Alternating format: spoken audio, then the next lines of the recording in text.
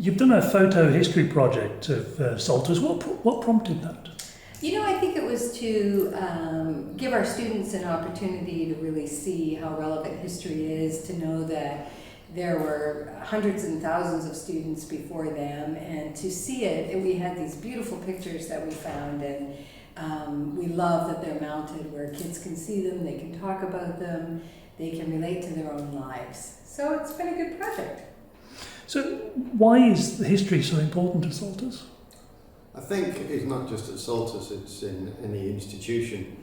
If you want to move forward, as we are with our strategic plan and moving the school forward, you don't want to lose the history of the school. You want to be able to look back and say, we are where we are and we're moving in a direction, but there's a long history here. There's people who've been involved in the school, people who've contributed and helped us to land where we are at the moment. Now it's up to us to try and take things to the next stage. And do you think there'll be a formal unveiling of this at some stage?